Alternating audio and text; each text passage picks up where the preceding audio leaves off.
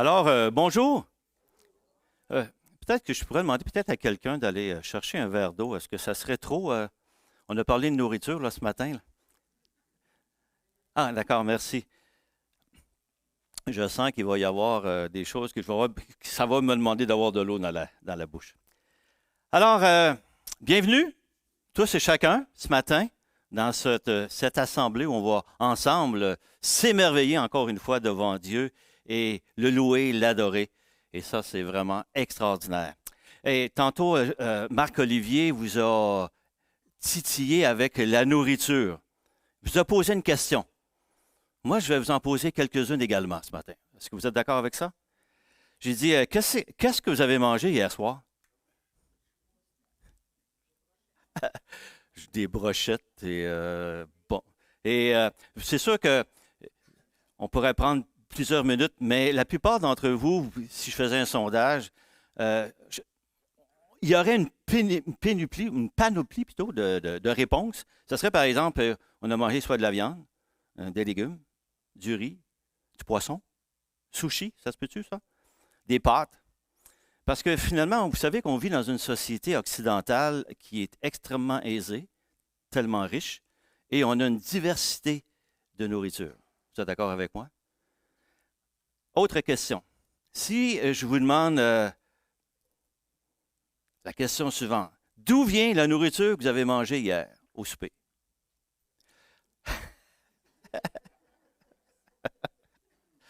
Si je pose la question à un enfant de 5 ans, il va me dire IGA, Super C ou Walmart ou mais non, la poissonnerie Coe. C'est tout à fait normal. Par contre, si l'enfant vient de la ferme, est élevé sur une ferme, il pourrait peut-être dire, ben, ça vient du jardin, des arbres fruitiers, de l'abattoir qui a tué notre cochon qui était sur la ferme, ou bien non, ou des volailles. C'est ça, exactement. Là, je pose une troisième question. Pourquoi qu'on travaille? Pourquoi travaillons-nous dans notre société? Ben, entre autres, c'est pour manger. Êtes-vous d'accord avec ça? On travaille pour manger. Mais dans notre société, nous qui est très industrialisée, on voyage en plus, on ment ou on travaille en plus pour voyager, se vêtir, se détendre, avoir des bons loisirs. Ça fait partie de notre société. Êtes-vous d'accord? Ah. Puis là, vous allez peut-être vous poser des questions. Pourquoi qu'il nous pose ces questions-là ce matin? Parce que ce matin, on va parler de nourriture. Mais pour bien comprendre dans le texte dans lequel on va parler, il faut se ramener 2000 ans en arrière, en Israël ou en Palestine. Et à cette époque-là, l'alimentation, elle était de base, elle était très simple. C'était du pain et comme à côté, il y avait du poisson. Assez minimal. C'est pas tout à fait comme dans notre société. Quelques fruits, quelques légumes, si les gens avaient les moyens de s'en payer ou d'en avoir sur le terrain pour pouvoir les cultiver, pour pouvoir s'en procurer. Tout le monde savait d'où venait la nourriture parce que ils vivaient dans un monde agraire. On voyait les arbres donner du fruit, on voyait les champs blanchir avec ces aliments-là. Et tout ça, ils savaient ça. Ils savaient que ça venait de la terre, de la pêche. Il y avait un lac, entre autres. Et des troupeaux de bêtes. Eux, ils savaient tout ça. Et une chose que je vous dis, c'est que selon les historiens, près de 80% du revenu d'un juif à cette époque-là servait à sa nourriture, nourrir lui-même et nourrir sa famille. 80% de son revenu. Est-ce que ça peut nous indiquer à quel point que la nourriture était essentielle et importante? Donc, à l'époque de Jésus, la relation que le juif pouvait avoir avec la nourriture, que c'était je mange pour vivre et je mange pour survivre. Parce que s'il y a une catastrophe, s'il y a une famine, il est fort possible que c'est moi qui vais mourir. Parce que je n'aurai rien pour manger. Et c'est tout à fait le contraire de ce qu'on vit dans notre société. Nous, on a peut-être tendance à dire qu'on vit pour manger. C'est vrai? Ou on mange pour se satisfaire. parce qu'on a tellement d'abondance. Alors ce matin, pour bien comprendre le texte qu'on va regarder dans l'Évangile de Jean au chapitre 6, on continue notre étude. C'est bon de connaître l'arrière-plan des Juifs pour bien saisir le sens de ce que le Seigneur nous enseigne au travers de celle-ci. Alors, dans Jean 6, que je vais vous inviter à regarder, on va regarder ensemble ce matin tout le chapitre au complet. 71 versets, mais je ne lirai pas tous les 71 versets. Beaucoup trop, ça va prendre beaucoup trop de temps. Mais on va regarder quel est cet enseignement-là que Jésus nous donne et comment que Jésus se révèle au travers le miracle qu'il a fait et la signification de ce miracle. Et c'est ce qu'on regarde ensemble. Avant de commencer le chapitre 6, je vous rappelle que on a vu les 5 premiers chapitres jusqu'à maintenant. Et ce que l'on voit, c'est que Jésus se manifeste, se révèle par ses miracles, qu'on appelle des signes, que Jean appelle des signes, par ses œuvres, puis par ses enseignements. Mais là, depuis le chapitre 5, il y a de plus en plus d'opposition. Des gens qui posent des questions, qui mettent en doute les paroles de Jésus, qui demandent des preuves. Est-ce que ça, c'est vrai, ce que tu dis? Et on est dans cet espace-là au niveau de notre évangile qu'on va regarder ce matin. Donc, parmi les gens qui sont autour de Jésus, il y a une foule, il y a des curieux, il y a des disciples, puis il y a des opposants, des gens qui contestent. Alors, avant de commencer, on va prier. Alors, Seigneur, encore une fois, on veut se placer devant toi et être à l'écoute, Seigneur, de ta parole. Que cette parole que l'on va entendre, Seigneur, puisse être celle qui vient de toi, évidemment, mais c'est celle que l'on veut qu'elle touche notre cœur. On veut être à l'écoute, se laisser transformer par elle, Seigneur. Fortifie-nous et dirige-nous, Seigneur. Et je te prie personnellement, Seigneur, que tu sois sur moi, Seigneur, par ton esprit, pour faire en sorte que le message qui va être délivré, ce soit ton message, que tu désires que ton peuple puisse entendre et recevoir. On a placé toutes ces choses, Seigneur, dans le beau nom du Seigneur Jésus. Amen.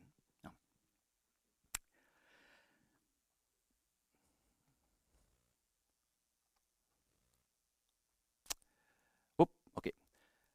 Premier texte. Après cela, donc je vous invite à regarder dans le chapitre 6, à partir du verset 1. Après cela, Jésus s'en alla de l'autre côté de la mer de Galilée, ou mer de Tibériade.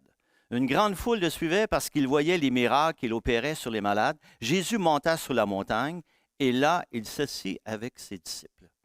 Or, la Pâque des Juifs était proche. Ce que Jean est en train de souligner, c'est la popularité de Jésus qui est basée sur le fait qu'il faisait des miracles.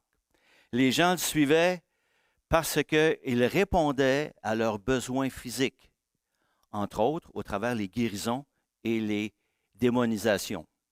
Il chassait les démons. Avec le miracle qui s'en vient, là, Jésus va montrer, au travers celui-ci, que les miracles ne pointent pas vers ce qu'il donne au niveau du miracle, ou quels sont les fruits du miracle, mais ça pointe vers sa personne, qui il est. Jésus va montrer qu'il est plus précieux qu'utile. Jésus est plus précieux qu'utile. Et le miracle, je le décris en gros. Jésus est sur la montagne avec les disciples, et là, la foule vient vers lui. Jésus planifie déjà qu'est-ce qu'il va faire, qu'il va les nourrir. Le texte nous dit, il sait déjà qu'est-ce qu'il va faire. Il s'informe près de Philippe, il dit, qu'est-ce qu'il faudrait faire pour nourrir toute la foule? Philippe dit, ça nous prendrait 200 deniers de nourriture. Ça, c'est-à-dire l'équivalent de 3/4 d'une année de salaire pour une personne. Quelqu'un qui gagne 60 000, c'est 40 000 $. Ça coûterait pour nourrir tout ce monde-là. Hey, on n'a pas ça. On a juste 5 pains, 2 poissons. Jésus demande aux disciples de les placer.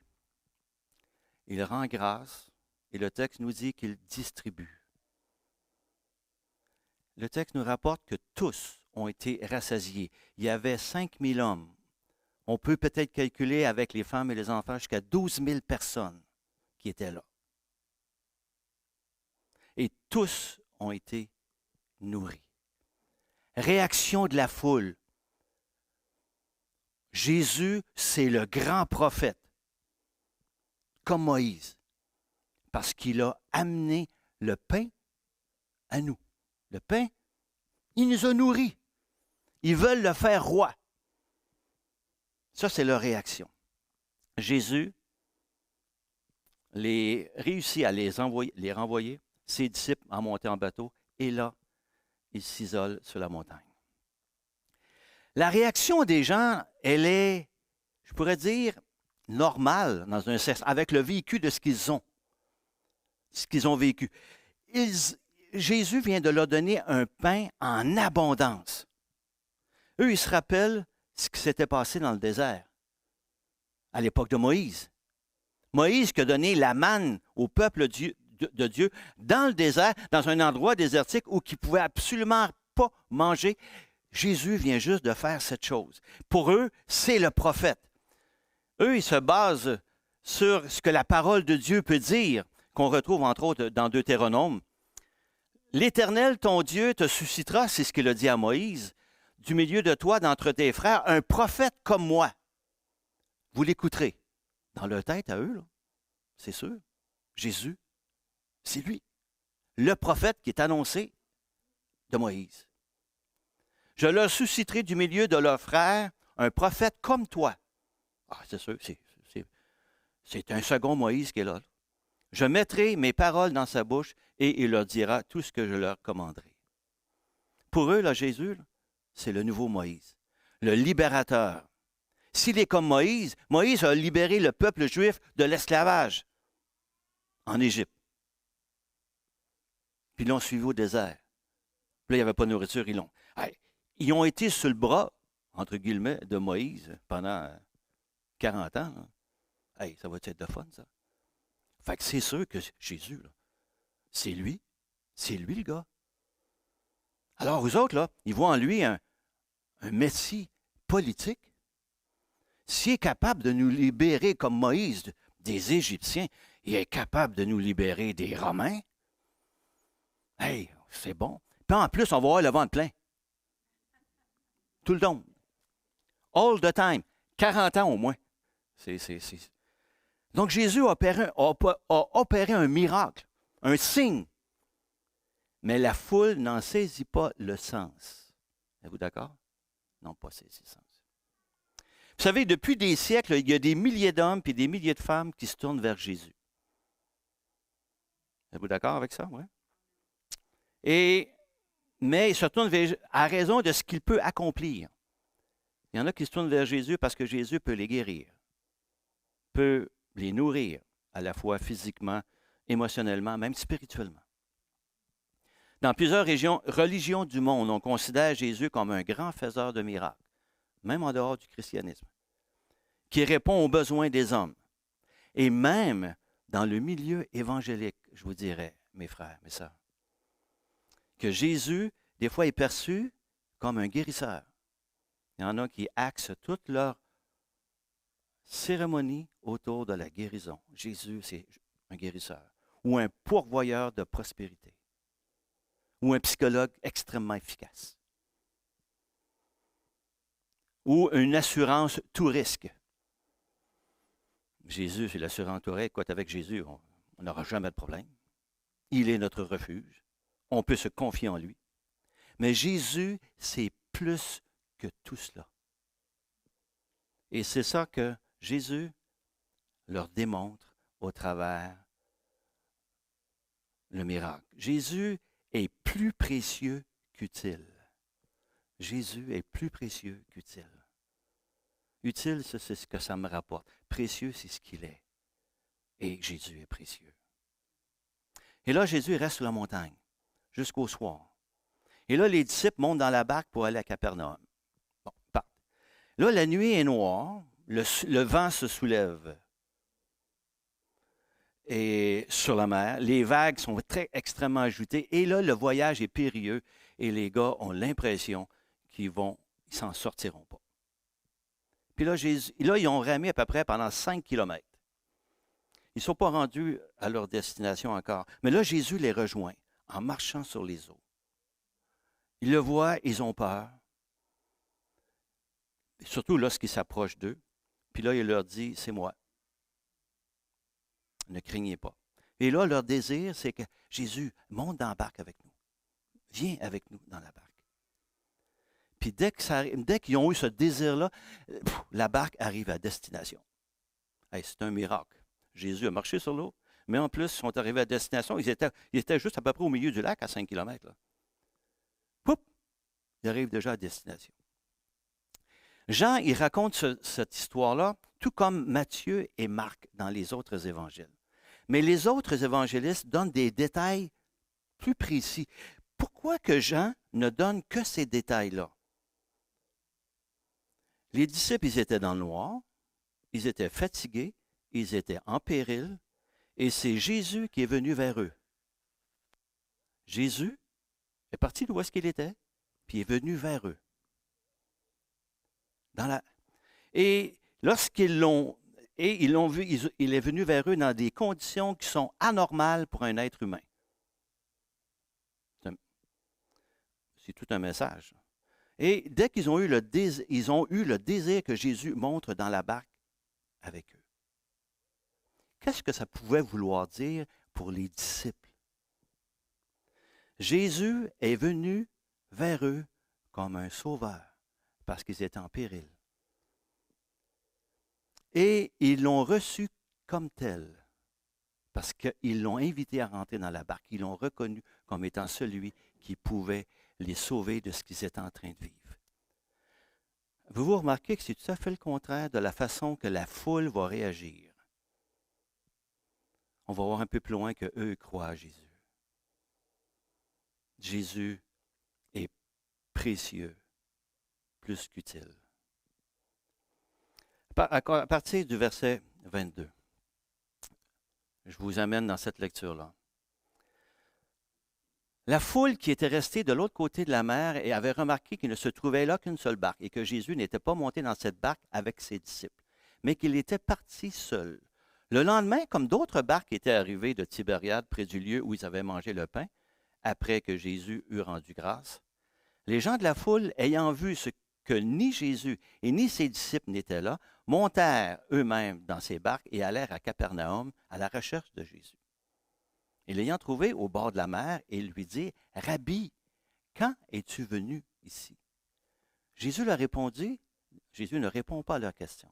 « En vérité, je vous le dis, vous me cherchez parce que vous avez vu des miracles. Non parce que vous avez vu des miracles, mais parce que vous avez mangé des pains et que vous avez été rassasiés. » La foule cherche Jésus. Jésus devrait être content. Hein? La foule cherche Jésus. Mais il cherche Jésus pour la viande, la nourriture, je pourrais dire, la boisson, un peu comme dans le désert. Dans le désert, ils ont été soutenus par Dieu de façon miraculeuse avec la viande, du pain, de la manne et de l'eau. Et ils ont eu tout ça gratuitement. Fait, imaginez les Juifs, si je mets ça dans un langage québécois, là, Jésus, c'est le bar open. Écoute, lui, là, il peut nous nourrir tout le temps. Jésus connaît leurs motifs. Pour eux, Jésus est utile. Ce miracle a rempli leur ventre, puis ils aiment ça. Est-ce qu'ils sont tous comme ça? Non, mais au moins Jésus semble voir leurs motifs et il leur dit directement. Et là, il voit que ces gens-là ont besoin d'être enseignés. Et c'est ce qu'il va faire à partir du verset 27. Travaillez non pour la nourriture qui périt, mais pour celle qui subsiste pour la vie éternelle. Oh, là, il change de registre. Et que le Fils de l'homme vous donnera, car c'est lui que le Père, que Dieu lui-même a marqué de son sceau. Il lui dit, que devons-nous faire pour accomplir les œuvres de Dieu? Jésus leur répondit, l'œuvre de Dieu, c'est que vous croyez en celui qu'il a envoyé. Quel miracle fais-tu donc, lui dirent-ils, afin que nous le voyions et que nous croyions en toi? Que fais-tu? Nos pères ont mangé la manne dans le désert, selon ce qui est écrit. Il leur donna le pain du ciel à manger. Jésus leur dit, en vérité, je vous le dis, Moïse ne vous a pas donné le pain du ciel, mais mon Père vous donne le vrai pain du ciel. Car le pain de Dieu, c'est celui qui descend du ciel et qui donne la vie au monde. Et lui dire, Seigneur, donne-nous toujours de ce pain. On va revenir. Jésus, si on remarque, ne répond pas à leurs questions. Hein? Pourquoi tu étais rendu ici? Mais il les replace dans leur réalité. Il leur donne la signification de ce que ça veut dire, le fameux miracle qu'il a fait. Il leur dit, travaillez plutôt pour la nourriture qui dure éternellement. Puis le mot que Jésus a employé, c'est le mot œuvrer. Œuvrer, eux l'ont compris comme ça, œuvrer plutôt pour la nourriture qui dure pour la vie éternelle, donnée par le Fils de l'homme, envoyé par le Père. Eux, ils ont retenu le mot œuvre. C'est pour ça qu'ils ont dit, qu'est-ce qu'il faut faire pour accomplir les œuvres de Dieu? C'est comme si les gens avaient posé la question à Jésus de la façon suivante. Dis-nous quoi faire pour avoir cette nourriture.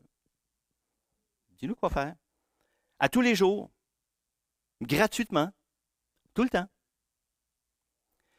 J'exagère un petit peu dans ce que je vais dire.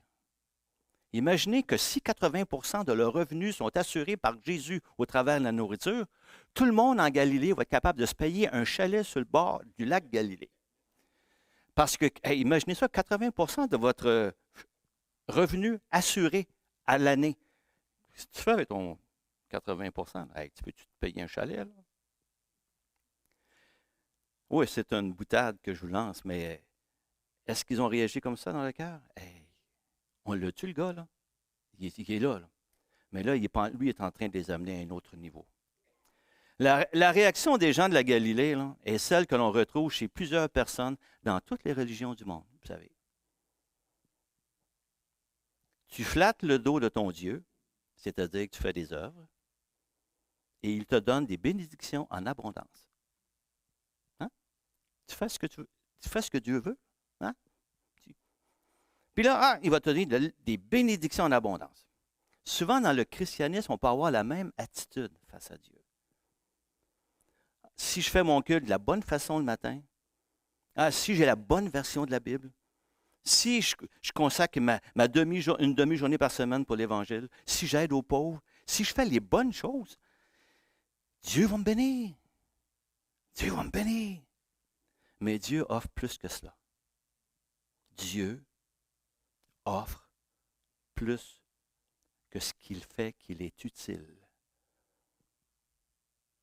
Puis la réponse au verset 29, elle est assez directe. Je vais juste la retrouver juste ici. Et Jésus leur dit, l'œuvre de Dieu, c'est que vous croyez en celui qui l'a envoyé. Oh! Oh! L'œuvre de Dieu n'est pas ce qu'il fait, mais ce qu'il demande. Puis l'œuvre du Père, c'est que vous croyez en celui qui est envoyé. C'est de croire en Jésus. C'est ça, l'œuvre que le Père demande. Croyez en Jésus. La foi en Jésus. Imaginez la réponse à eux. Hein? On a bien vu le miracle que tu as fait hier. Ouais. Mais si tu en fais un autre aujourd'hui de la même sorte, là, on va croire en toi. Les pharisiens ont demandé ça souvent à Jésus. Fais un miracle tout de suite, là, on va te croire. Parce que là, ils viennent d'être interpellés à croire à Jésus. Ben, ils vont dire, ben oui, fais-en un, on va te croire. D'ailleurs, j'ai dit, d'ailleurs, Moïse l'a bien fait au désert. Moïse a fourni de la nourriture à tous les jours. Ben, si tu es second Moïse, tu peux le faire maintenant. Fais-le. Puis là, Jésus les corrige sur 2 points avec le texte qu'on vient de lire. Primo, ce n'est pas Moïse qui a donné le pain au désert, mais plutôt le Père. Oh, là, il rectifie. Moïse, c'est vrai, est un grand prophète, le libérateur d'Israël, le porte-parole de Dieu. L'ami de Dieu même, le texte, on le voit dans l'Ancien Testament. Mais c'est Dieu qui faisait les miracles. La manne au désert préfigurait la véritable manne qui était pour arriver. Le véritable pain de Dieu qui donne la vie au monde. Ce qu'on voit au verset 32 et 33. Jésus, c'est la manne ultime. C'est la manne qui donne la vie au monde. Et c'est ça le message de la multiplication des pains. C'est le message que Jésus est en train de leur expliquer, la signification. Je vous donne une image pour comprendre. Imaginez que Jésus est à côté d'un mourant et puis qu'il lui tend un morceau de pain. Puis qu'il lui dit, prends-le, morceau de pain, et tu vas vivre. Pour toujours. La question que je vous pose, qu'est-ce qui est précieux? Le pain ou celui qui l'offre? C'est celui qui l'offre. Eux, ils ont regardé le pain. C'est celui qui l'offre qui est précieux. C'est la personne. C'est lui qui donne la vie éternelle. Ce n'est pas le pain. Mais quand il dit « je suis le pain », il est en train de dire « je suis celui qui est nécessaire, celui qui est essentiel, celui que vous ne pouvez pas vous passer pour avoir la vie éternelle. » Puis là, au verset 34, ils veulent avoir ce pain toujours. Ils veulent avoir ce pain-là. On va dire, ben, donne-nous toujours de ce pain-là. C'est qu'ils sont en train de considérer Jésus comme la boulangerie Sainte-Méthode. Fournit du pain à chaque jour, gratuitement. Puis, mais là, Jésus va clarifier, à partir du verset 35. Jésus leur dit, « Je suis le pain de vie. Celui qui vient à moi n'aura jamais faim, et celui qui croit en moi n'aura jamais soif. Mais je vous le dis, vous m'avez vu, et vous ne me croyez point.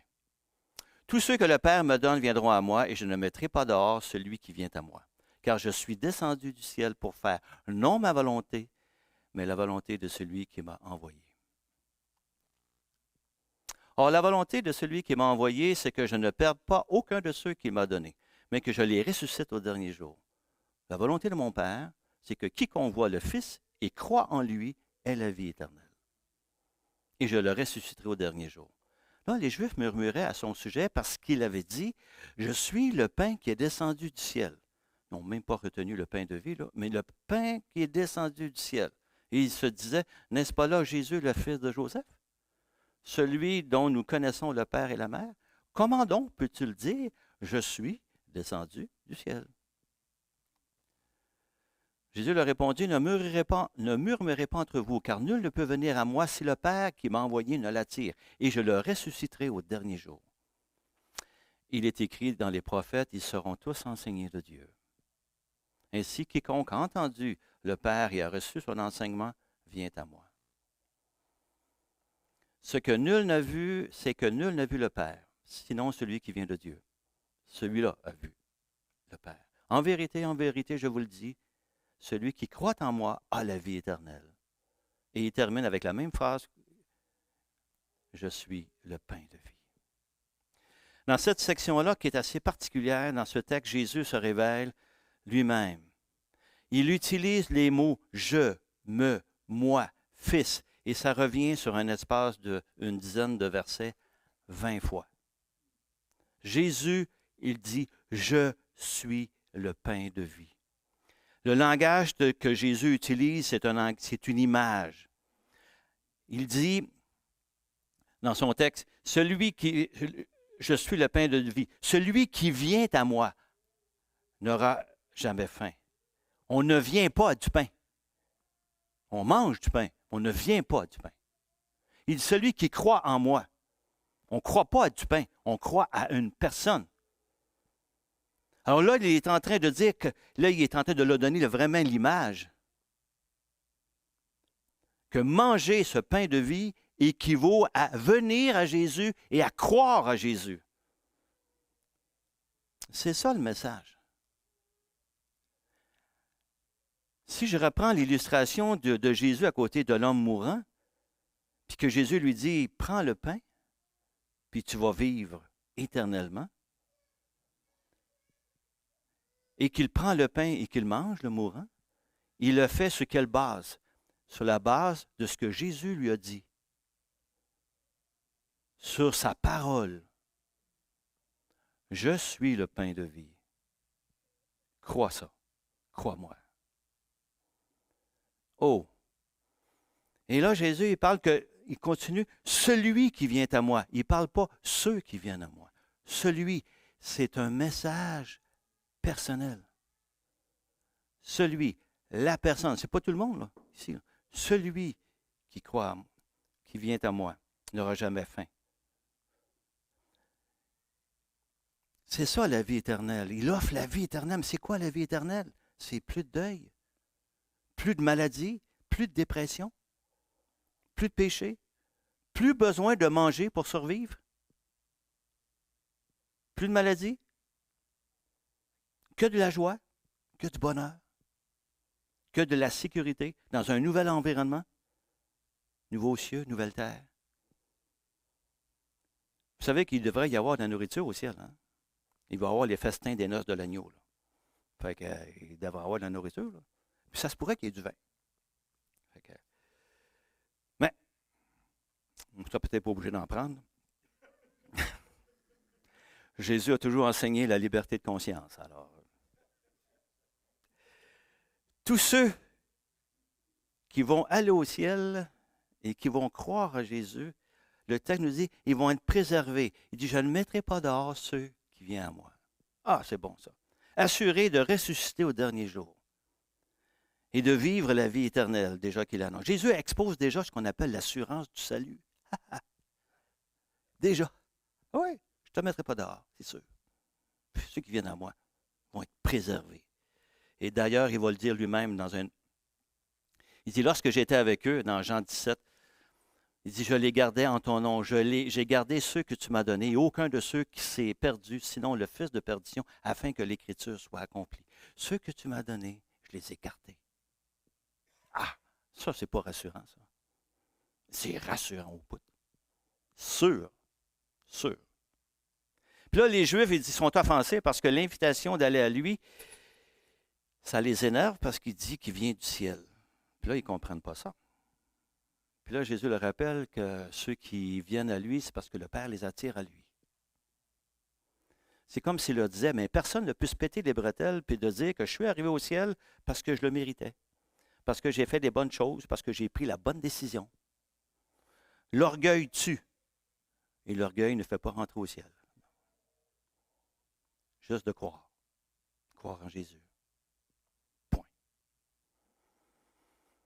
Il est vrai que les personnes qui se tournent vers Jésus, sont attirées par la grâce de Dieu, poussées par la puissance irrésistible de l'Esprit dans leur vie, ils se tournent vers Dieu. C'est une œuvre que j'appelle trinitaire et que c'est un cadeau. C'est le plus beau cadeau que Jésus est en train d'offrir à ces Juifs-là. Le plus beau cadeau.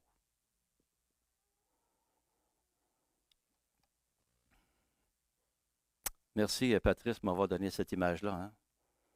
Car Dieu a tant aimé le monde qu'il a donné son Fils unique. Jésus, ce qu'il est en train de leur dire, hein, je suis le pain de vie, c'est le plus beau cadeau d'amour que le Père donne à l'humanité. Le plus grand cadeau d'amour. Car Dieu a tant aimé le monde qu'il a donné son Fils unique, afin que quiconque croit en lui, on retrouve encore le quiconque ici, ou celui qui croit en lui, ne périsse point, mais qu'il ait la vie éternelle. Et un petit peu plus loin, dans l'épître de Jean, la première, l'amour de Dieu a été manifesté envers nous en ce que Dieu a envoyé son Fils unique dans le monde afin que nous vivions par lui. C'est le plus beau cadeau. Le plus beau cadeau. Et Jésus conclut avec cette phrase, la même qu'il disait au début. En vérité, je vous le dis, celui qui croit en moi a la vie éternelle. Je suis le pain de vie. Maintenant, il passe à la section importante.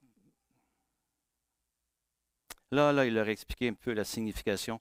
Maintenant, il va leur lancer une invitation. Et cette invitation-là, elle percute.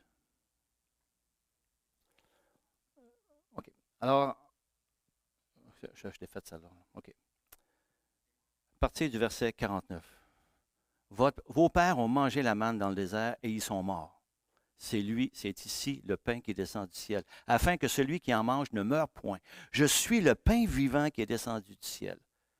Si quelqu'un mange de ce pain, il vivra éternellement, et le pain que je donnerai, c'est ma chair.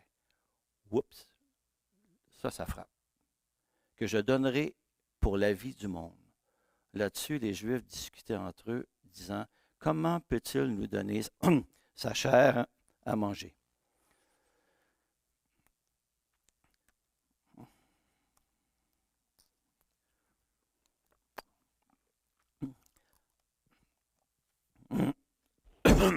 Excusez-moi.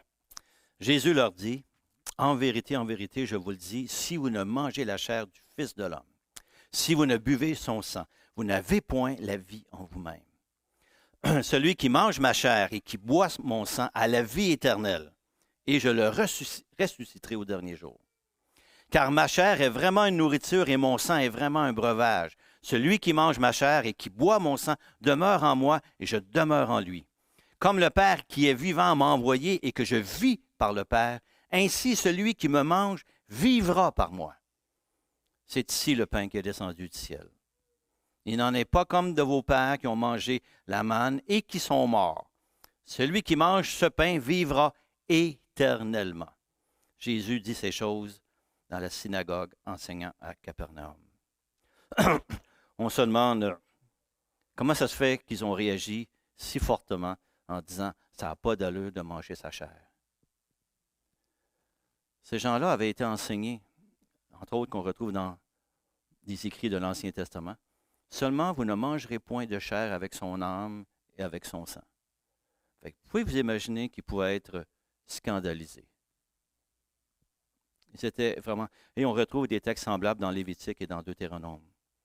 Alors pourquoi n'ont-ils pas compris que ma chair est vraiment une nourriture et que mon sang est vraiment un breuvage, que cela, ça donne la vie éternelle? Pourquoi ils n'ont pas compris ça? On peut trouver la réponse un peu plus loin dans le même texte, c'est que lorsque Jésus dit aux disciples qui étaient en train de s'en aller, il dit, c'est l'esprit qui vivifie. La chair ne sert à rien. Les paroles que je vous ai dites sont esprit et vie. Les paroles que Jésus a dites aux Juifs, ce sont des paroles du niveau spirituel. Et il n'y a que l'esprit du Seigneur qui peut nous aider à comprendre les réalités spirituelles. Manger ma chair et boire mon sang sont des réalités spirituelles qui signifient venir à Jésus et croire en Jésus. Et ça, c'est l'invitation qu'il leur a donnée. Et ça l'a donné comme effet, vous savez, à partir du verset 66, il y en a qui ont commencé à contester et il y en a, ça a amené une ligne de fracture parmi les disciples. Il y en a qui ont arrêté de suivre Jésus, ils trouvaient ça trop dur, ces phrases-là.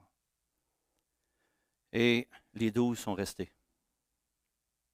Pour eux, pour ceux qui sont partis, les paroles étaient intolérables, scandalisés. Pourquoi ils étaient scandalisés? Est-ce que c'est parce qu'ils étaient plus intéressés par la nourriture? Est-ce que Jésus n'était pas, et pour eux, le Messie politique qu'ils s'attendaient? Est-ce que Jésus, parce que Jésus se dit supérieur à Moïse, parce qu'il vient du ciel? Est-ce qu'ils ont été heurtés par des scrupules concernant la chair et le sang? Peut-être.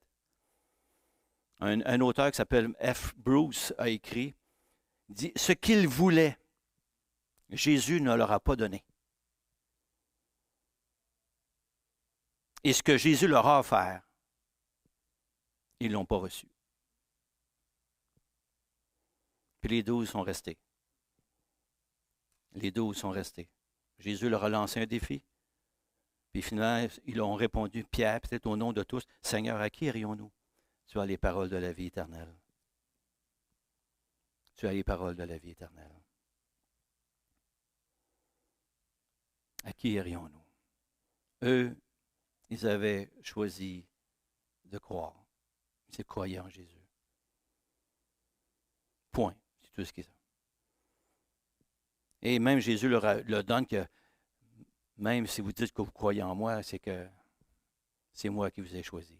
Il n'y avait aucune prétention. On ne pouvait pas se péter les bretelles comme quoi que c'était avec Jésus parce que Jésus les avait choisis. Ce qu'on a vu ce matin, ça pourrait se résumer là, dans tout ce chapitre-là dans une phrase.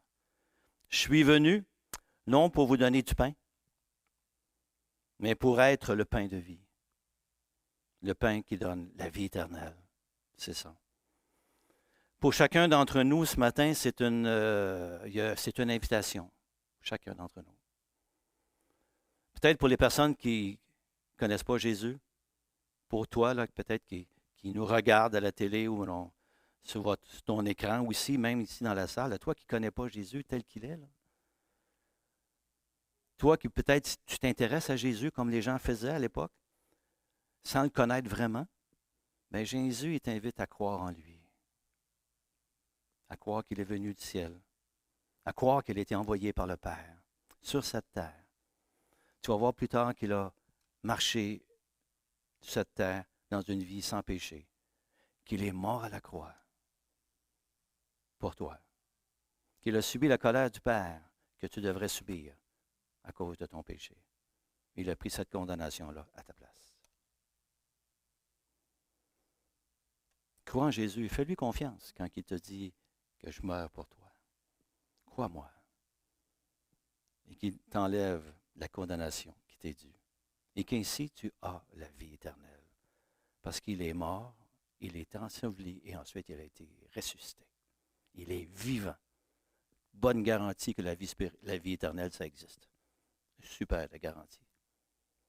Il est en train de dire, pour vivre, il faut manger. Manger Jésus. Croire Jésus. Pour vivre éternellement, il faut croire à Jésus. C'est l'invitation que je te lance. Je vais inviter les musiciens à monter en avant. Et à nous tous ici, là je m'adresse à... C'est une invitation aussi également, là. À nous qui marchons avec le Seigneur, il y en a plusieurs qui marchent avec le Seigneur. Il y en a qui marchent avec le Seigneur depuis peut-être quelques semaines, d'autres quelques mois, d'autres quelques années. Il y en a peut-être qui marchent avec le Seigneur ici depuis 10 ans, 20 ans, 30 ans, 40 ans, 50, 60 ans. Alors, Jésus, là, est-ce qu'il est plus précieux qu'utile dans ta vie? Est-ce qu'il est plus précieux? Est-ce que Jésus, c'est ce précieux trésor que tu ne peux pas te passer? C'est lui, Jésus, là, qui s'est présenté. Est-ce que Jésus il est plus précieux que ta guérison? Est-ce que Jésus il est plus précieux que ton bien-être matériel? Est-ce que Jésus il est plus précieux que ta santé? Que ta sécurité financière? Est-ce que Jésus est plus précieux que tout? Est-ce que Jésus est l'objet précieux de ton amour? De telle sorte qu'il est en mesure de l'aimer de toutes tes forces, de toute ton âme, de toute ta pensée. C'est vrai que pour vivre richement en Jésus, il faut manger. Manger Jésus. Prions. Merci Seigneur pour cette parole qui nous interpelle. Merci également pour cette parole, Seigneur, qui nous amène à regarder à toi et à croire que tu es le pain de vie, que tu es celui qui a été donné au monde pour que les gens se tournent vers lui, croient en toi et qu'ils aient la vie éternelle. Seigneur, quel beau message que tu nous envoies ce matin à travers ta parole. Seigneur, tu nous présentes Jésus tel qu'il est, selon ce qu'il a accompli sur cette terre pour chacun d'entre nous. Seigneur, amène-nous, tous et chacun, et je pense en particulier à ceux qui ne connaissent peut-être pas Jésus, à se tourner vers toi. Et c'est ce que je te demande, Seigneur, dans le beau nom de Jésus. Dans ton beau nom. Amen. À ce moment-ci, on peut envoyer demandez aux enfants de remonter.